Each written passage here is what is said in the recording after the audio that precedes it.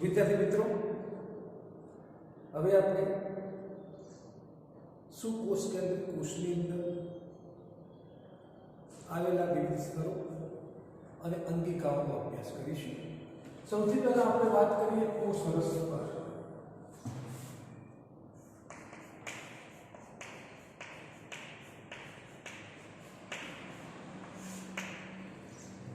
તો કોષ રસ પર અથવા એનું બીજું નામ કોષ રસ પટલ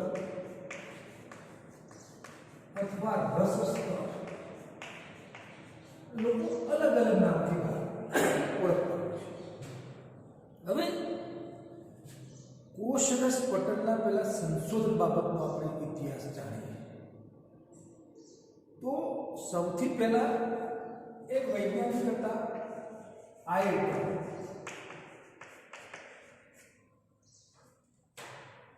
આ આયર્ટન નામના વૈજ્ઞાનિકે કોષ રસ પટલની રચનાનો ખ્યાલ આપ્યો. કોષ રસ પટલની રચનાનો ખ્યાલ આપ્યો અને એમને કહ્યું કે કોષ રસ સ્તર હશે એ કોષ રસ સ્તર એક સ્તરીય લિપિડના અણુનું બનેલું છે. કોષ રસ પટલની રચના અને કોષ રસ સ્તર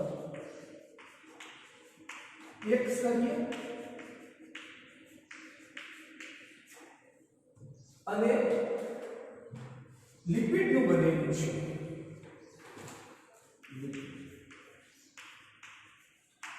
એક સ્તર હતું અને લિપિડના અણુનું બનેલું એવું અમને કહ્યું. પછી 1933 ની અંદર બીજા બે વૈજ્ઞાનિકો હતા ડેવસન અને ડેનિયલ.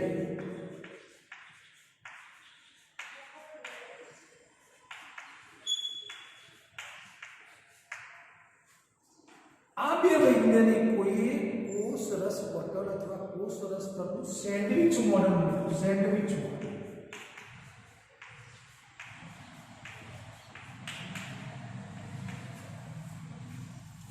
એમને એવું કહ્યું કે કોષ રસ પટલની અંદર લિપિડના અણુઓ બે સ્તરમાં ગોઠવાયેલા છે અને એની ઉપર અને નીચે બંને બાજુ પ્રોટીનના અણુ ગોઠવાયેલા છે. તો એમને એવું કીધું કે ભાઈ એ આ કોષ રસ સ્તરની અંદર આ લિપિડના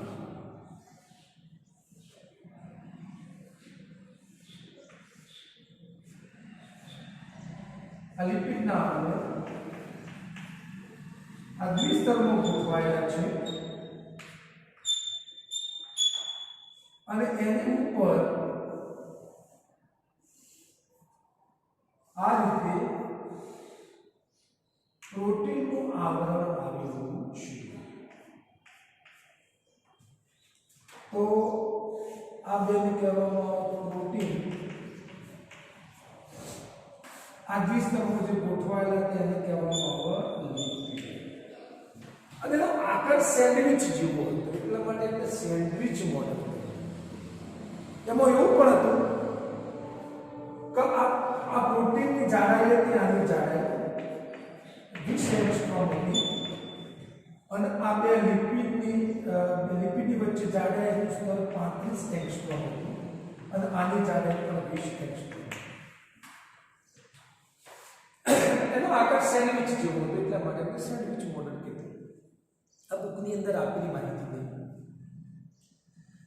હવે જે બુકની અંદર આપેલી માહિતી હું વાત કરું તો સૌથી પહેલા 1950 ની અંદર ઇલેક્ટ્રોન માઇક્રોસ્કોપની શોધ થઈ.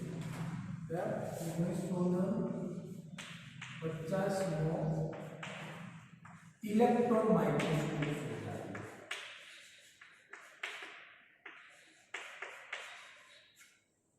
હવે જ્યારે 1950 ની અંદર ઇલેક્ટ્રોન માઇક્રોસ્કોપની શોધાયું ત્યારે આમાંથી કોષ રસ સ્તરનો અભ્યાસ ઊંડાણપૂર્વક થયો.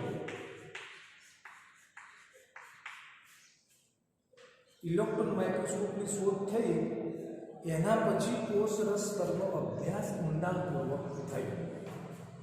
હવે એ વખત જે વૈજ્ઞાનિકો હતા એ વૈજ્ઞાનિકે કોષ રસ સ્તર પટલનો અભ્યાસ કરવા માટે માનવના રક્તકણને પસંદ કર્યા. માનવના રક્તકણ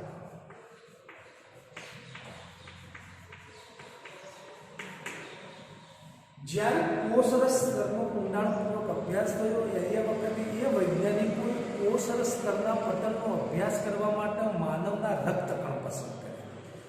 એક પ્રશ્ન આપણને થશે, ભાઈ માનવના રક્તકણ કેમ પસંદ કર્યા? તો માનવના જે રક્તકણ હતા એ દ્વિઅંતરગોળી હતા. આ રીતે દ્વિઅંતર.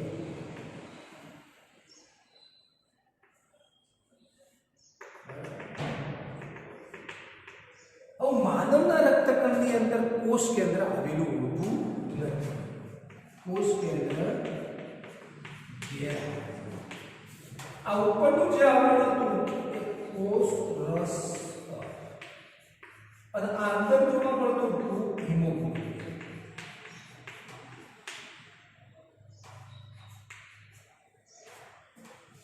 તો માનવના રક્તકણ ઉપર કેવી રીતે સરળતાથી કોષ કેન્દ્ર કોષ રસ પટલનો અભ્યાસ થઈ શકે? કારણ કે માનવના રક્તકણની અંદર કોષ જ્યારે એને ફાડી દેવામાં આવે એટલે એમાંથી હિમોગ્લોબિન બહાર નીકળી જાય, અને જ્યારે હિમોગ્લોબિન બહાર નીકળી જાય એટલે ફક્ત બાકી વધે કોષ રસ પટલ. અને એટલા માટે માનવના કોષ રસ પટલ ઉપર અભ્યાસ કરવામાં આવ્યો.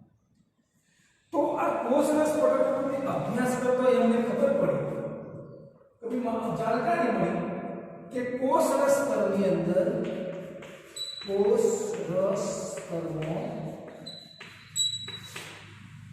લિપિડના અણુઓનો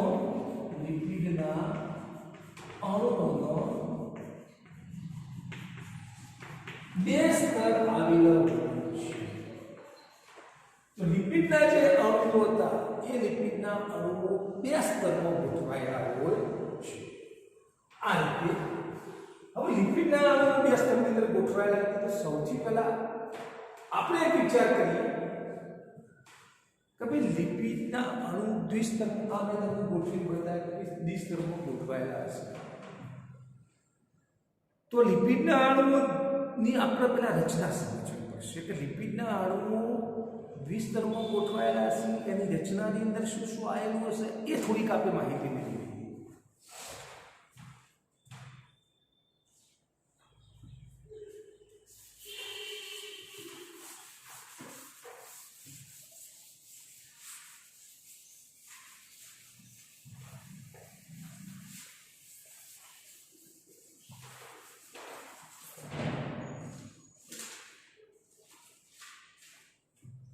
તો માનવના રક્તકણ ઉપરના અભ્યાસ ઉપરથી ખ્યાલ આવ્યો કે ભાઈ કોષ રસ બે સ્તર બે લિપિડના બે અણુના સ્તર બનેલું છે, પછી લિપિડના અણુ તો દ્વિસ્તરમાં ગોઠવાયેલા છે. તો પહેલા લિપિડના અણુની રચના આપણે જોઈએ. લિપિડના અણુની રચના.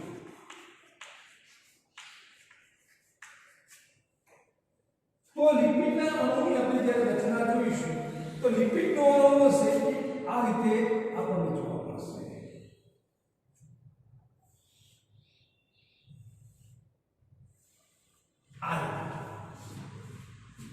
આ રીતે લિપિડના અણુની રચના અને બે ભાગ ધરાવે છે. આ એક ભાગ એને કહેવામાં આવે છે શીર્ષ અને આ બીજો ભાગ હશે એને કહેવામાં આવે છે ઋષિ. તો આપણે યાદ રાખવાનું કે કોષ રસ પટલની અંદર જે લિપિડના અણુઓ હતા, લિપિડના આપણે વાત કરીએ કે ભાઈ દ્વિસ્તરમાં ગોઠવાયેલા બે સ્તરમાં ગોઠવાયેલા હશે, પણ કઈ રીતે ગોઠવાયેલા છે આવું તમને સમજવું. પણ લિપિડના અણુની બે ભાગ જોવા મળશે. ઉપરનો ભાગ શીર્ષ અથવા એને કહેવામાં આવે છે ધડ, અને નીચેનો ભાગ પૂંછડી તરીકે ઓળખવામાં આવે છે. બરાબર. આના પણ થોડો ગુણધર્મો હોય છે. આ જે શીર્ષ હશે ઉપરનો ભાગ હશે, આ ઉપરનો ભાગ હંમેશા બહારની તરફ ગોઠવાયેલો હશે, બહારની. અને પૂંછડી હશે એ અંદરની તરફ ગોઠવાયેલી હશે. આની પ્રકૃતિ ધ્રુવી હશે આની પ્રકૃતિ અધ્રુવીય છે. ધ્રુવીય ના ધ્રુવીય એટલે પાણીના અણુઓને શોષણ કરી શકે, પેલું શોષણ ન કરી શકે. આ છે જલાનુવાદ, એવા છે જલાનુવાદ, અને આ છે જલ વિતરાગી. તો આ રીતે જે કોષરસ પટલની અંદર લિપિડના અણુઓ આવેલા છે, મેં તમને લિપિડના અણુની રચના બતાવી. હવે એવું કઈ વૈજ્ઞાનિકો અભ્યાસ કરતો ખ્યાલ આવ્યો કે કોષરસ પટલની અંદર લિપિડના અણુઓ દ્વિસ્તરમાં ગોઠવાયેલા હોય છે, એટલે બે સ્તરમાં ગોઠવાયેલા છે. તો જ્યારે આપણે કોષરસ પટલની વાત સમજતા હોય એટલે સૌથી પહેલા ઉપરની તરફ જે લિપિડના અણુઓ છે એ લિપિડના અણુઓ, બહારની તરફ લિપિડના અણુઓ છે બે સ્તરમાં ગોઠવાયેલા છે. તો એ આ રીતે આપણે જોઈએ. આ લિપિડનો એક અણુ જોજો તમે, એ આ લિપિડનો બીજો અણુ,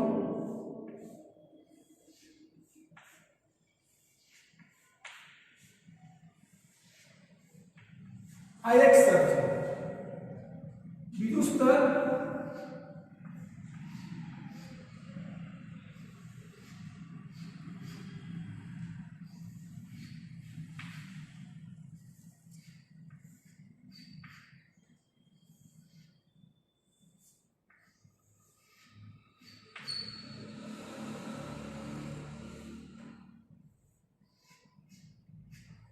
આ બે સ્તરમાં ગોઠવાયેલા છે. તમે જુઓ લિપિડના દ્વિસ્તરમાં ગોઠવાયેલા છે. આનું સ્વિચ બહારની તરફ, આ પૂંછડી અંદરની તરફ, આનું સ્વિચ બહારની તરફ, પૂંછડી અંદર.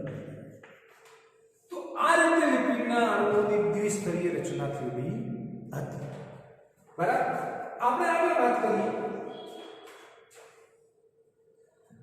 તો આ ફોસ્ફોલ, આ લિપિડ છે, આ લિપિડના અણુઓ હતા. લિપિડના અણુઓ એ ફોસ્ફોલિપિડના બનેલા છે. શેના બનેલા હશે? ફોસ્ફોલિપિડના. લિપિડના અણુઓ ફોસ્ફોલિપિડના બનેલા છે. અને આ ફોસ્ફોલિપિડનું સ્તર કોલેસ્ટેરોલ ધરાવતું હોય છે. આ ફોસ્ફોલિપિડનું સ્તર શું ધરાવતું હોય છે? કોલેસ્ટેરોલ. તો અહીં આગળ આપણે જોઈએ આ ફોસ્ફોલિપિડનું સ્તર, આ લિપિડનું સ્તર એટલે ફોસ્ફોલિપિડનું સ્તર. તો અહીં આગળ આપણને કોલેસ્ટેરોલ જોઈએ. કોલેસ્ટેરોલ ધરાવતું હોય છે. અહીં આગળ કોલેસ્ટેરોલ, તો કોલેસ્ટેરોલ ધરાવતું હોય છે. આગળ આપણે જ્યારે વાત કરીએ તો લિપિડના આ કોષરસ પટલ ઉપર પછી ઘણા બધા જૈવ રાસાયણિક પ્રયોગો થયા. આ કોષરસ પટલ ઉપર ઘણા બધા જૈવ રાસાયણિક પ્રયોગો થયા અને એના ઉપર સ્પષ્ટ થયું કે જૈવ રાસાયણિક પ્રયોગો કર્યા કે સંશોધનો ઉપરથી સ્પષ્ટ કર્યું કે કોષરસ સ્તર હતું. કોષરસ સ્તર લિપિડના અણુ તો ધરાવે છે, લિપિડ તો છે. આ ઉપરોક્ત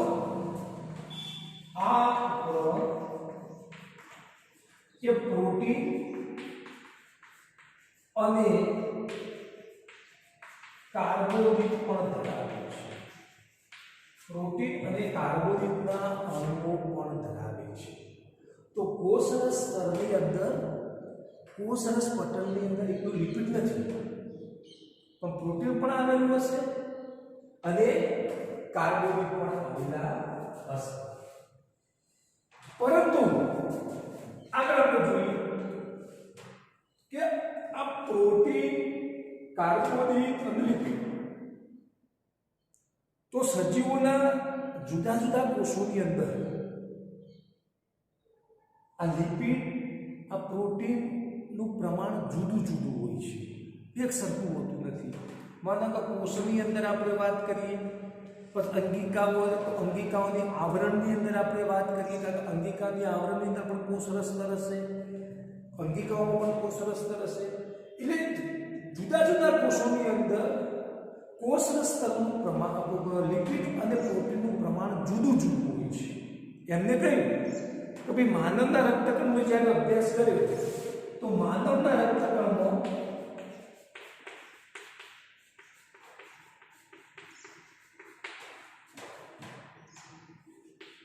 52% પ્રોટીન મળ્યું.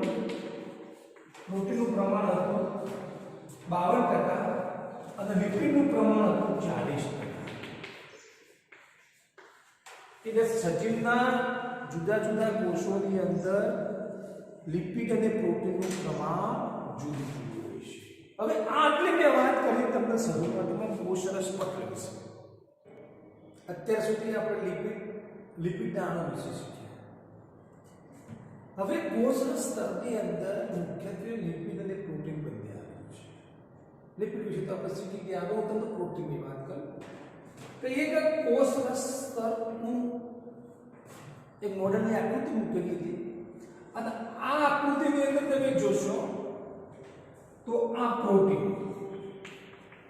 હાલ પ્રોટીનની હું વાત કરું એટલે હું તમને પ્રોટીન વિશે સમજાવું છું. આ પણ પ્રોટીન અને આ પણ પ્રોટીન.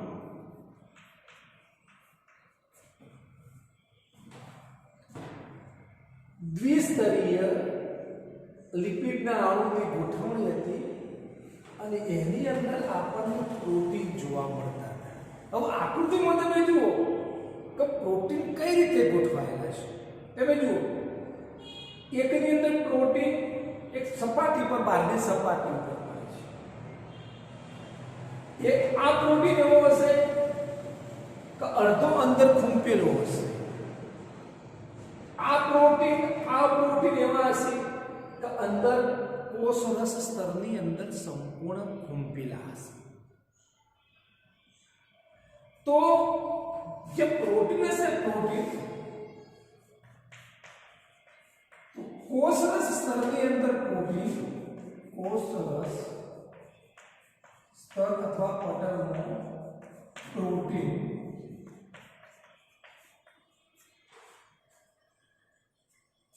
આપણને સપાટી ઉપર જોવા મળે છે અથવા તો અડધા અંદર ખૂંપેલા જોવા મળે છે અથવા તો સંપૂર્ણ ખૂંપેલા જોવા મળે છે. તો આ પ્રોટીનને જ્યારે અલગીકરણ કરવામાં આવે, જ્યારે આ કોષરસ સ્તરથી છૂટા પાડવામાં આવે તો છૂટા પાડવામાં આવે ત્યારે પ્રોટીનના બે પ્રકાર પડતા હતા. અલગીકરણની રીતે પ્રોટીનના બે પ્રકાર પડતા હતા. કોષ સ્તરમાં આવેલા પ્રોટીનનું અલગીકરણ અને અલગીકરણથી પ્રોટીન બે પ્રકાર છે. એક સપાટી ઉપર દેખાતા પ્રોટીન હતા તો એને સપાટીનું પ્રોટીન અથવા તો બીજા નંબરમાં બહિર્ગત પ્રોટીન કહેવાય. શું કહેવામાં આવશે? બહિર્ગત પ્રોટીન. અમુક પ્રોટીન એવા હતા કે કોષરસ પટલની અંદર ખૂંપેલા તો એનો અંતર્ગત પ્રોટીન કહેવામાં આવે. શું કહેવામાં આવશે? અંતર્ગત પ્રોટીન. આ બે પ્રકારના પ્રોટીન જોવા મળશે. એક બહિર્ગત પ્રોટીન અને બીજા નંબરની અંદર અંતર્ગત પ્રોટીન. આ બહિર્ગત પ્રોટીન હશે તેને સરળતાથી દૂર કરી શકાય છે. સરળતાથી દૂર કરી શકાય છે. અંતર્ગત પ્રોટીન હશે એ અંશતઃ અથવા સંપૂર્ણ કોષરસ સ્તરની અંદર ખૂંપેલા અને સહેલાઈથી દૂર કરી શકાતા નથી.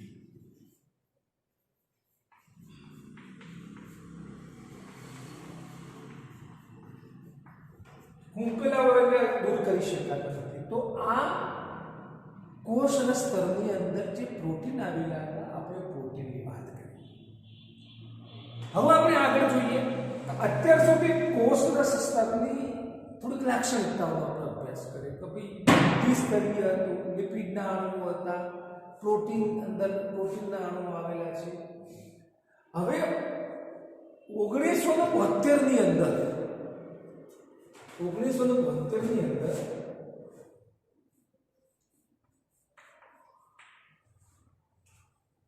સિંગર અને નિકોલસન બે વૈજ્ઞાનિકો હતા, સિંગર અને નિકોલસન, અને એમને કોષરસ સ્તરનું એક મોડેલ અને એ કોષરસ સ્તરનું એ મોડેલ સર્વમાન્ય રાખ્યું, સર્વ સ્વીકૃતિ વાળું એમને મોડેલ આપ્યું અને એ મોડેલનું એમને નામ આપ્યું ફ્લુઇડ મોઝેઇક મોડેલ. તો આપણે અહીંયા જોઈએ તો સર્વ સ્વીકૃતિ મોડેલ, સર્વ સ્વીકૃત મોડેલ બરાબર. 1972 ની અંદર સિંગર અને નિકોલસને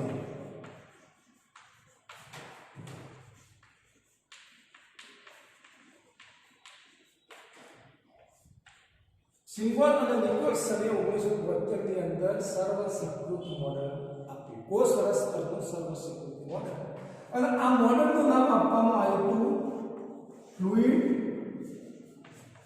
mosaic model. Fluid mosaic model. તો આ મેં જે આકૃતિ દોરેલી હતી એ આ આકૃતિને કહેવામાં આવે છે ફ્લુઇડ મોઝેઇક મોડેલ.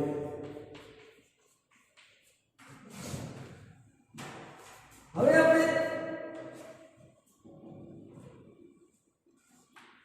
આ કોષરસ સ્તરના આ ફ્લુઇડ મોઝેઇક મોડેલની રચનામાં એ મોડેલની રચનાની અંદર કોષરસ પટલ વિશે શું ખ્યાલ આપ્યો. તો આ મોડેલની અંદર એવું કહેલું છે કે આ મોડેલ પ્રમાણે કોષરસ સ્તરની રચના જોતો આ ફ્લુઇડ મોઝેઇક મોડેલ પ્રમાણે કોષરસ સ્તરની રચના જોતો લિપિડના અણુઓ દ્વિસ્તરીય સળંગ રીતે ગોઠવાયેલા છે. લિપિડના અણુઓ દ્વિસ્તરીય અને સળંગ પદમાં ગોઠવાયેલા છે. તો આ મોડેલ એવું કહે છે કે લિપિડના અણુઓ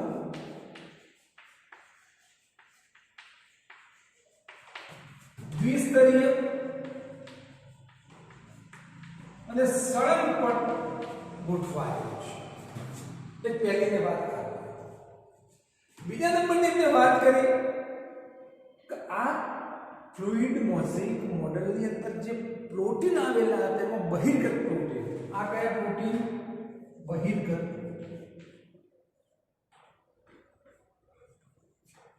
તો આ બહિર્ગત પ્રોટીન હતા, આ બહિર્ગત પ્રોટીન પાર્શ્વીય ગતિ કરે છે. કેવી ગતિ કરે છે? પાર્શ્વીય ગતિ કરે છે. આ રીતે પાર્શ્વીય ગતિ કરે છે. તો આની અંદર જે પ્રોટીન આવેલા છે, પ્રોટીન એમાં બહિર્ગત પ્રોટીન પાર્શ્વીય ગતિ કરે છે અથવા પાર્શ્વીય હલનચલન કરે છે.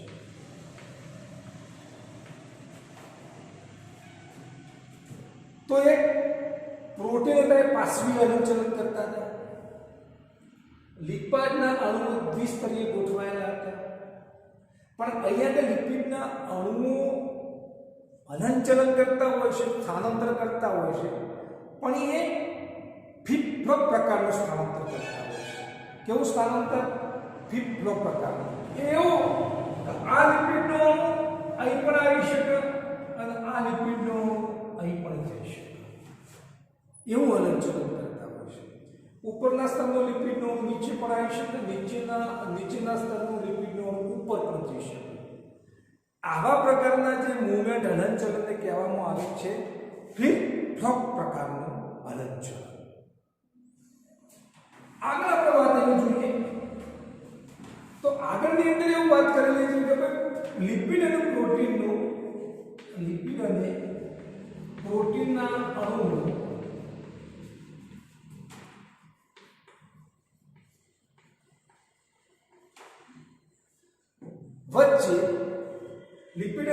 પ્રોટીનના અણુઓ જલ વિતરાગી, એમનું જે જોડાણ હતું લિપિડ અને પ્રોટીનના અણુઓનું જોડાણ એ જલ વિતરાગી પ્રકારનું હતું. તો અહીં આગળ આપણે જોઈએ કે જોડાણ જલ વિતરાગી હતું, પ્રોટીન પાર્શ્વીય હલનચલન કરતું હતું, આ લિપિડ હતું એ લિપિડ ફ્લિપ ફ્લોપ પ્રકારનું હલનચલન કરતું હતું. તો આ જોડાણ અને આ હલનચલનને આધારે એક વસ્તુ નક્કી થઈ કે ભાઈ કોષ અને પટલ હશે એ અર્ધ તરલ પ્રકૃતિ ધરાવે છે. કેવી પ્રકૃતિ ધરાવશે? આને કારણે કોષ અને પટલ અર્ધ તરલ પ્રકૃતિ ધરાવે છે.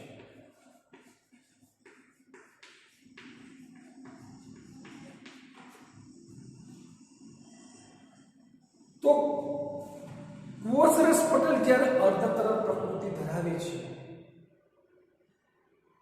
એના કારણે કોષરસ પટલ એના મુખ્ય તો કાર્યો કરે છે, એ સિવાય આ અર્ધ તરલ પ્રકૃતિને કારણે વિવિધ કાર્યો અથવા વિવિધ ક્રિયાઓ કરે છે. કોષરસ પટલ અર્ધ તરલ પ્રકૃતિને કારણે વિવિધ કાર્યો અથવા ક્રિયાઓ કરે છે.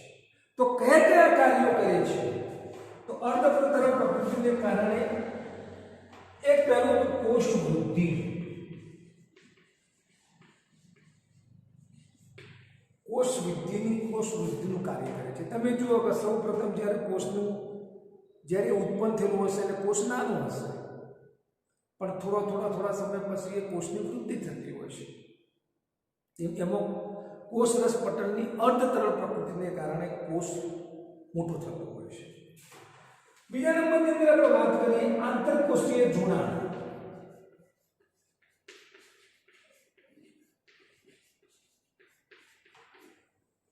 કોષો વચ્ચે જ્યારે જોડાણ થતું હોય ત્યારે એ જોડાણ કોષરસ પટલ દ્વારા થતું હોય, એટલા માટેના આંતરકોષીય જોડાણ. કારણ કે કોષો વચ્ચે જોડાણ થવું જરૂરી છે, કારણ કે એક કોષમાંથી પોષક દ્રવ્ય જ્યારે બીજા કોષની અંદર પહોંચાડવો હોય, ત્રીજા કોષની અંદર પહોંચાડવો હોય તો કોષરસ પટલ દ્વારા પોષક દ્રવ્યો બીજા કોષોમાં પહોંચતા હોય છે, એટલા માટેના આંતરકોષીય જોડાણ તરીકે ઓળખવામાં આવે છે.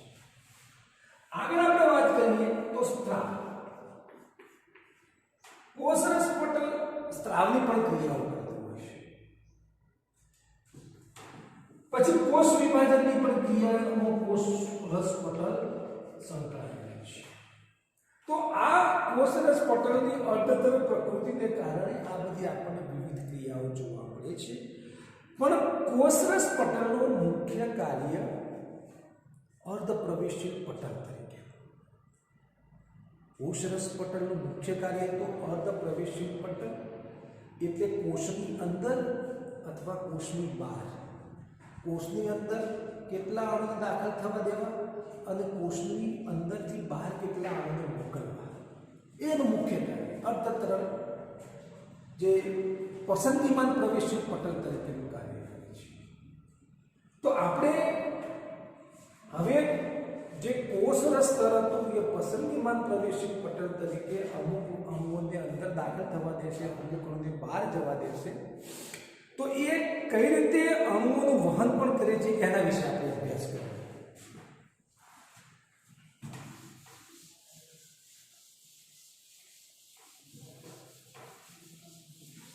તો કોષરસ પટલની અંદર અણુઓનું વહન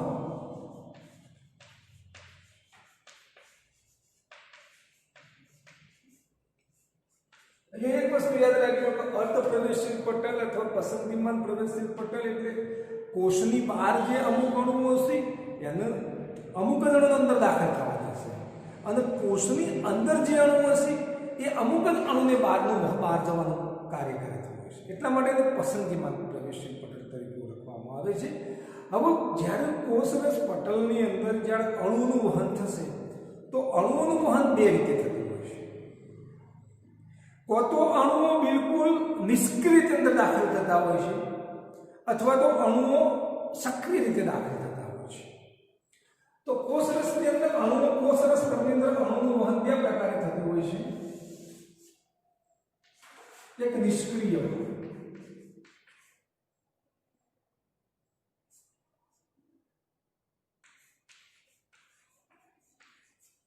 અને સક્રિય.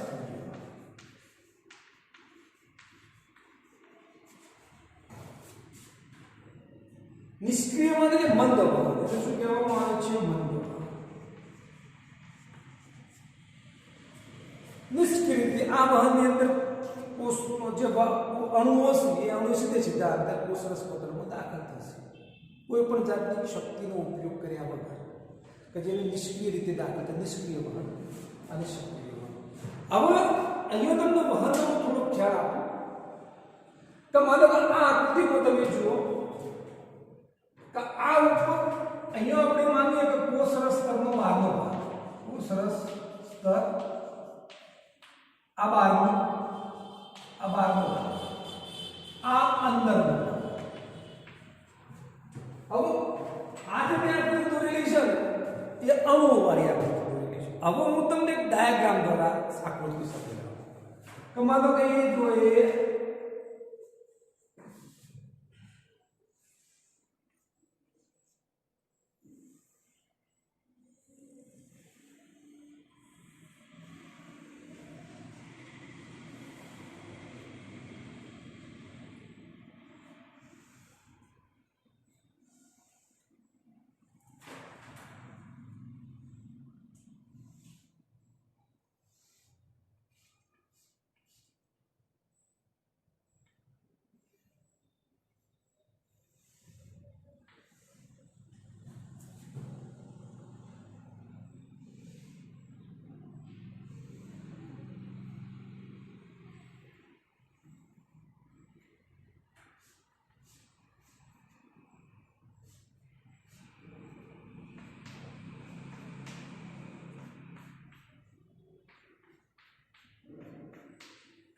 જો આ આકૃતિમાં તમે જોશો તો આ બે લિપિડનો સ્તર, આ પ્રોટીન છે.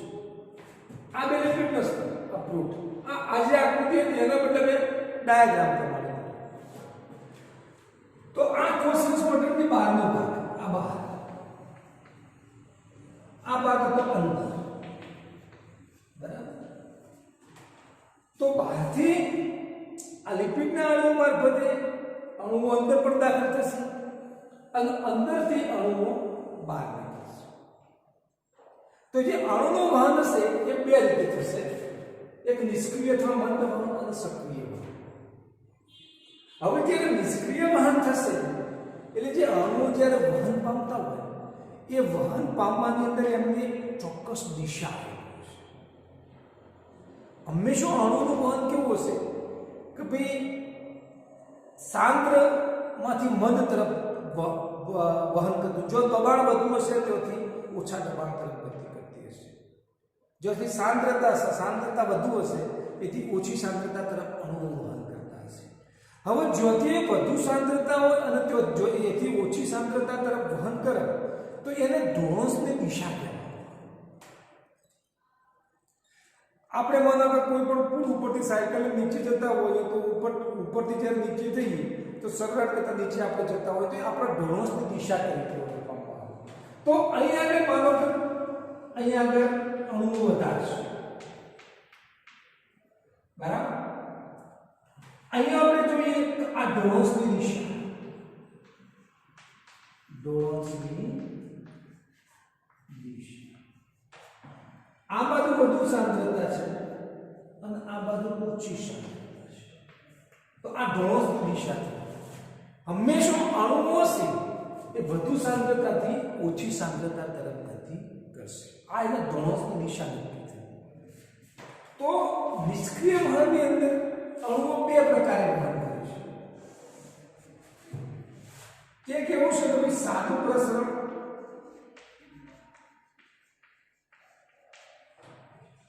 અને બીજા નંબરમાં કહેવામાં આવે સાનુકૂલિત વહન.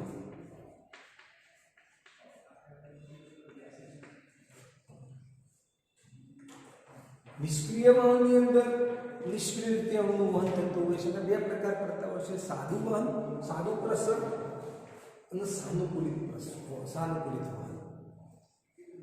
આ બંને વહનની અંદર હું તમને કહી દઉં કે આ બંને વહનની અંદર જે અણુઓ છે એ અણુઓમાં શક્તિ વપરાતી નથી અને આ અણુનું વહન ડોનોસની દિશા પ્રમાણે થાય છે, વધુ સાંદ્રતા તરફથી ઓછી સાંદ્રતા તરફ અણુઓ વહન પામે છે, પણ થોડાક જુદી રીતે થોડા વહન પામતા હોય છે. માનો કે આપણે સાદું પ્રસરણ જોઈએ તો સાદા પ્રસરણની અંદર જે તટસ્થ અણુઓ છે, આ તટસ્થ અણુઓ છે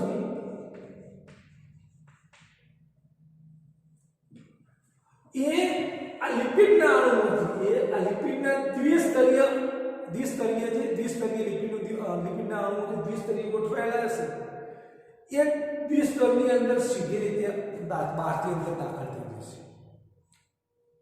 તો જે તટસ્થ અણુઓ છે એ અણુઓ લિપિડના સ્તરમાં કોઈ પણ જાતની શક્તિનો ઉપયોગ કર્યા વગર વધુ સાંદ્રતાથી ઓછી સાંદ્રતા તરફ એટલે બહારથી અંદર સીધા દાખલ થઈ જશે. તો આ અણુ અહીંયા હશે તો જ્યારે એ સીધા આ અણુ હશે આ અંદરની તરફ દાખલ થઈ જશે. અહીંયા વધારે અણુઓ છે, અહીંયા ઓછા અંદરની તરફ ઓછા અણુઓ છે.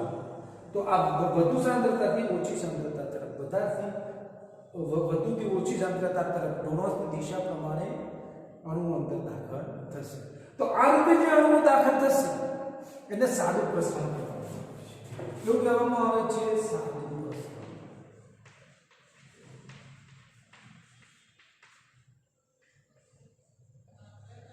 વધુથી ઓછી સાંદ્રતા ડોનોસની દિશા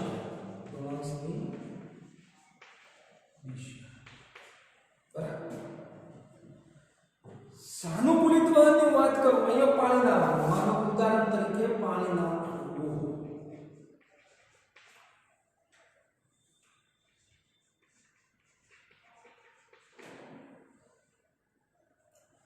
સાનુકૂલિત વહન એવું હશે કે માનો કે કોઈ ધ્રુવીય અણુ હશે. હવે આ લિપિડના જે અણુઓ હતા એની પૂંછડી હતી એ અધ્રુવીય જલવિતરાગી પ્રકારની.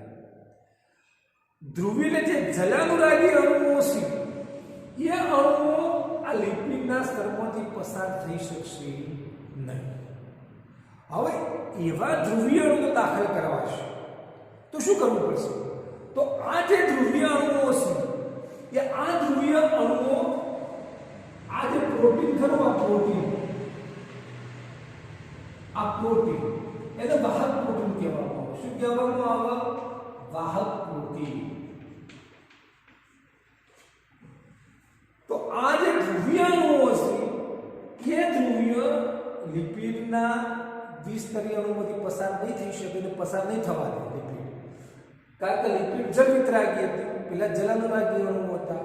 એટલે જે ધ્રુવીય અણુઓ છે એરિયા એ પ્રોટીન પણ વાહક પ્રોટીન, આ વાહક પ્રોટીન દ્વારા અંદર દાખલ થશે. તો આ વાહક પ્રોટીન દ્વારા અંદર કોષરસ તલની અંદર દાખલ થશે અને એ પણ ડોનોસની દિશામાં વધુથી ઓછી સાંદ્રતા. તો આ ડોનોસની દિશાની અંદર દાખલ થશે. તો આ જે પ્રસરણ હતું, આ જે વહન હતું, આ કયું સાદું હતું? એ પ્રસરણ હતું સાદું પ્રસરણ. આ કયું હતું? સાનુકૂલિત. અને આ બંનેને કયું કહેવામાં આવે છે? નિષ્ક્રિય વહન. કયું કહેવામાં આવશે? નિષ્ક્રિય વહન. પહેલા અમુક અણુઓ હતા ડોનોસની દિશા તરફ સીધા કોષરસ તરફની અંદર દાખલ થતા હતા. અમુક ધ્રુવીય જે અણુઓ હતા એ લિપિડના અણુઓ દ્વારા દાખલ ન થઈ શકે, એટલે વાહક પ્રોટીન દ્વારા કોષરસ તરફની અંદર દાખલ થાય. એટલે સાનુકૂલિત વહન તરીકે ઓળખવામાં આવે. તો સાનુકૂલિત વહનમાં જે ધ્રુવીય અણુઓ છે વાહક પ્રોટીન મારફતે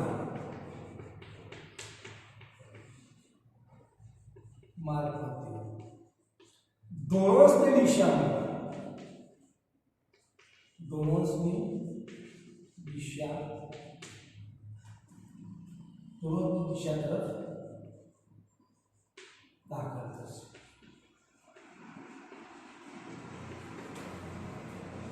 બરાબર. તો આપણે વાત કરીએ નિષ્ક્રિય વલણ.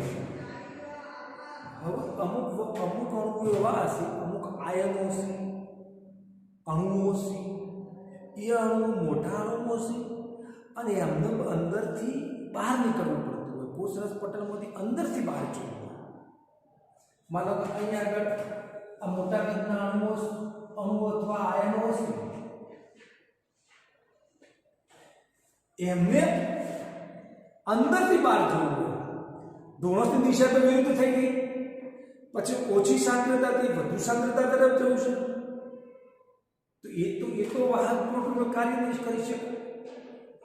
અંદર બીજી રીતે જ્યારે બહાર જવું છે, અંદરથી જ્યારે બહાર નીકળવું છે, ત્યારે વાહક પ્રોટીન દ્વારા નીકળશે ખરા, પણ ઓછી સાંદ્રતાથી વધુ સાંદ્રતા તરફ જવું છે. એટલે ત્યાં આપણે શક્તિની જરૂર પડે, એટીપીની જરૂર પડે, પ્રેશરની જરૂર પડે. તો એટીપી દ્વારા વાહક પ્રોટીન અને વાહક પ્રોટીન એટીપી દ્વારા શક્તિની મદદથી એ લોકો અંદરથી બહાર નીકળતા હોય છે. તો આ શું, આ રીતે આ વાહક પ્રોટીન અને અહીંયા શક્તિ એટીપીનો ઉપયોગ કરશે અને એટીપીનો ઉપયોગ કરી અને આ અણુને બહાર મોકલશે અને ડોળસની દિશાની વિરુદ્ધ. તો સક્રિય વાહકની અંદર તમે જુઓ આપણે આયનો, અણુઓ ડોળસની દિશાની વિરુદ્ધ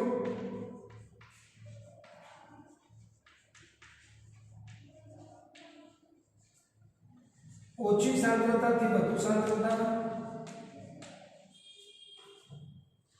જ્યારે વહન થાય ત્યારે શક્તિ અથવા એટીપીનો ઉપયોગ થાય છે. એટીપીનો અને એટીપી દ્વારા અંદરથી બહાર મોકલવામાં આવે છે. ઉદાહરણ તરીકે આપણે જોશો તો જે એને પંપ હશે, જે સોડિયમ પંપ હશે, પોટેશિયમ જે પંપ હશે, આ બધા પંપો ઓછી સાંદ્રતાથી વધુ સાંદ્રતા તરફ અણુઓનું વહન કરવાનું કાર્ય કરે છે. તો આજે આપણે કોષરસ પટલ અથવા કોષરસ સ્તરની પૂરી માહિતી શોધથી મળી, લાક્ષણિકતા મળી, એના બંધારણમાં શું આવેલું હશે, બંધારણથી એના પછી કોષરસ પટલનો કાર્ય થોડોક આપણે જોયો અને એના પછી કોષરસ પટલનો મુખ્ય કાર્ય વિશે આપણે ચર્ચા કરી. જ્યારે સિંગર અને નિકોલસને ઇલેક્ટ્રોન માઇક્રોસ્કોપની અંદર જ્યારે કોષરસ પટલની જ્યારે વાત એમને કરી હતી, તો એ વખતે અંદર એમને કહેલું હતું કે ભાઈ કોષરસ પટલ હતું, લિપિડ, પ્રોટીન, અહીંયા આગળ કોલેસ્ટ્રોલ આવેલું છે. શું આવેલું છે? કોલેસ્ટ્રોલ. એની પણ હાજરી જોવા મળશે અને કાર્બોદિત એની પણ હાજરી.